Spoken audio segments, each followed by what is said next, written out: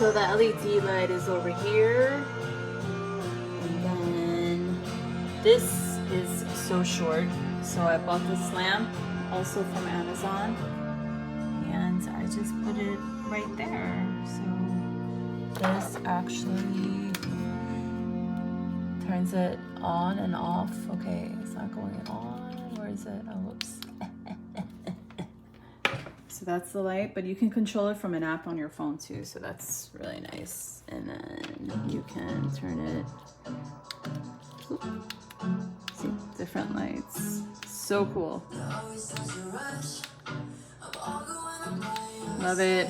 This lamp was a really good idea. Get it on. All right, and here's the desk fully assembled.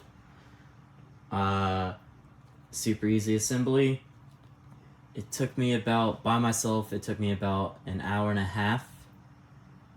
The backboard is magnetic, super nice. Metal hooks are very comfortable as well. It came with LEDs, but I didn't put them up because I wasn't too much of a fan of them. Lots of storage space. The only thing I didn't like about it is that I felt that the keyboard area was too small for my, well, too big of a TV thingy. So I had to get a second desk, or I felt the need to get a second desk for my other desk. But